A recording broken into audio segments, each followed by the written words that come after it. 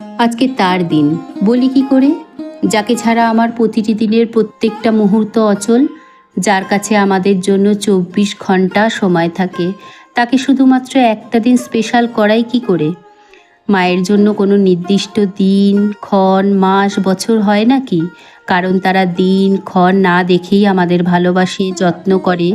দিন, মাস, বছরের কোনো হিসেব না করেই সে আমাদের সহ্য করে আসছে।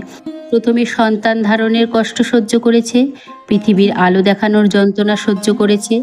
ব্যথায় নীল হয়ে যায় তবু সন্তানের মুখ দেখে মায়ের মুখে কি স্বর্গীয় সৌন্দর্য ফুটে ওঠে, তাই না? সহ্য করেছে রাতের পর রাত জেগে দু চোখের পাতা খুলে রাখার কষ্ট, সহ্য করেছে আমার অবুঝ সব বায়নাগুলো। সুন্দর চেহারা নষ্ট হয়ে গেছে, শখগুলো চাপা পড়ে গেছে, বিশ্রাম শব্দটাও হারিয়ে গেছে, তবু সন্তানকে ঘিরে জগৎ তৈরি করেছে। হাত ধরে হাঁটতে শিখিয়েছে, মাথা ঠান্ডা রেখে বর্ণ, অক্ষর, অ্যালফাবেট চিনিয়েছে, পেন্সিল ধরতে শিখিয়েছে। আমার প্রত্যেক পদক্ষেপে নেওয়া ভুল সিদ্ধান্তের ফলাফলকে ঠিক করেছে ধৈর্য ধরে। ভুল বুঝে আমার যত বলা খারাপ কথা, খারাপ ব্যবহার ক্ষমা করে দিয়েছে সেই স্পেশাল হাসিটা দিয়ে। মা ব্যাকডেটেড, খিটখিটে, কনজারভেটিভ। মা একটু ছাড় দেয় না। আসলে মা সন্তানের চিন্তার মতন চিন্তা আর কারোর জন্য করে না। ভাবতাম মা কিছু বোঝে না, অথচ পরে দেখলাম আমাকে মা বোঝে সব থেকে বেশি। খিদে, তেষ্টা, রাগ, অভিমান, কান্না, হাসি, আনন্দ, যন্ত্রণায় পরিষেবা দেয় একমাত্র মা।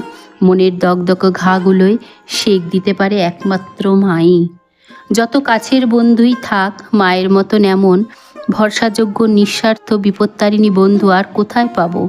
সারা জীবন মায়ের দেওয়ার অপরিসীম ভালোবাসা, মায়া, যত্ন, সময়, ক্ষমা, শিক্ষার কথা আর কত বলবো? তার ত্যাগের পরিমাণ কোন দাঁড়িপাল্লায় ওজন করব? আজীবন শুধু নিয়েই গেলাম, দিতে পারলাম কোথায়?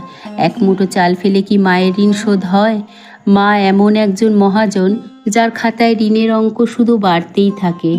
মা বলে, নিজে যখন মা হবি বুঝবি মায়ের কত জ্বালা। আজ নিজে মা হয়ে অক্ষরে অক্ষরে বুঝতে পারছি মা আসলে মাই হয়, বাকিরা মায়ের মতো। কলমে পার্বতী মোদক, কণ্ঠে সবিতা।